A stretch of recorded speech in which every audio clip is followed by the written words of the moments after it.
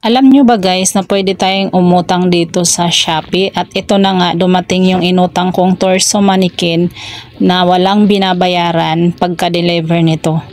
Pwede kang makautang dito ng 5,000 pataas depende sa credit limit ng SpayLater mo. Hello guys! Welcome back to my YouTube channel. For today's video guys, ang topic natin ngayon ay paano nga ba umutang sa Shopee. Alam nyo ba guys na pwede tayong umutang dito sa Shopee na kahit anong items na gusto natin bilhin o i-order sa Shopee na wala tayong babayaran pagka-deliver nito gamit lamang ang SpayLater ng Shopee. Kaya kung ikaw ay tulad ko na mukhang utang, charot lang. Kung ikaw ay tulad ko na walang pangbayad ng cash, para sa iyo itong video na to.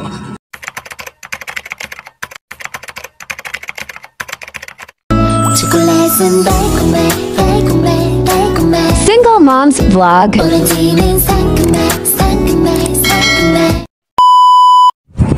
Wala, sa mga walang pang cash din dyan tulad ko, download na ng Shopee guys. Bago natin magamit yung SpayLater guys, kailangan naka-activate na rin yung Shopee Pay mo. So paano nga ba i-activate yung Shopee Pay? Kapag naka-activate na yung Shopee Pay, okay na yun guys. Ang i-activate nyo na lang yung SpayLater. At sa mga hindi pa naka-activate ng Shopee Pay, unahin nyo muna i-activate yung Shopee Pay bago yung SpayLater. So paano nga ba mag-activate ng Shopee Pay? Panoorin nyo itong video ko guys, ituturo ko sa inyo. Step 1, pindutin lang ang Shopee Pay.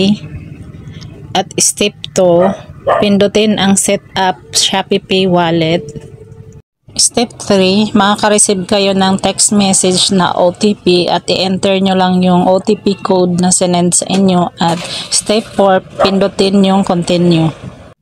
At step 5, fill out nyo lang yung information details na nakalagay mismo sa identification card nyo. Dapat tugma sa ID nyo yung mga information na ilalagay nyo dyan para hindi siya magka-problema.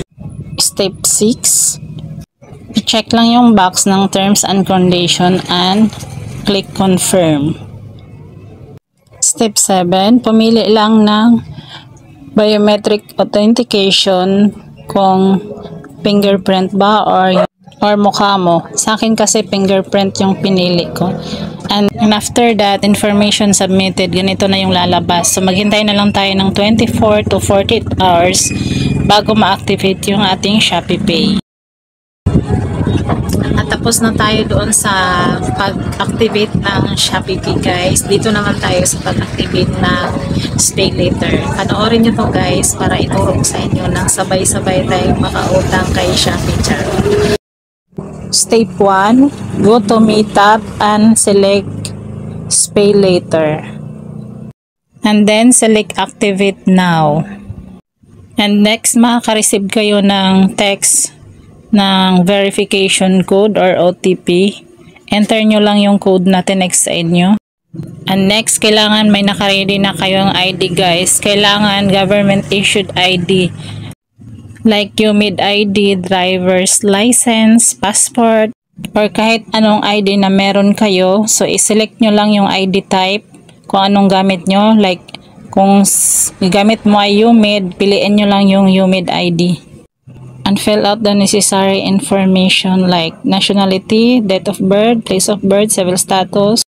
Lahat na nakalagay dyan, fill upan nyo lang. At after nyo mag-fill up, check nyo yung dalawang box na nasa baba, yung terms and condition at yung I agree the transfer and processing of personal information to the founder and click confirm. And next, ready nyo na yung maamon yung mukha. And click start facial verification. Dapat naka-center sa frame yung inyong mukha. Katulad niyan. And make sure na malinaw ang inyong mukha sa camera para ma-approve ka agad siya. Kapag approve na, ganito yung lalabas. Congrats, you have successfully activated your SpayLater. At ayan, tapos na tayo mag-activate ng ating SpayLater. So, pwede na tayo mangutang kay Shopee. At yan lang guys for today's video. Thanks for watching. Bye-bye!